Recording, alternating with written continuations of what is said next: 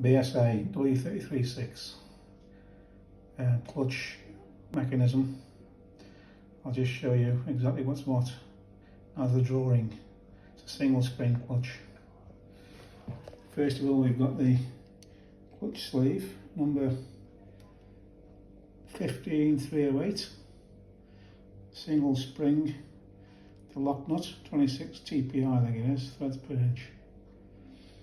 We've then got the basic 15295 friction plate.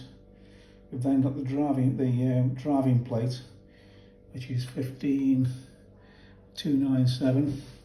Then the friction plate and the driven plate. The driven plate is 15296 part number. We've then got the friction plate. We've then got the driving plate. We've then got the friction plate. We've then got the driven plate, 15296 again. We've then got the friction plate. Then got the gearbox chain wheel. Then got behind that we've got the friction plate.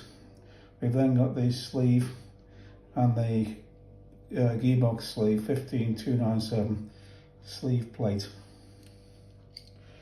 And that is all for the W336 or Empire Star or equivalent.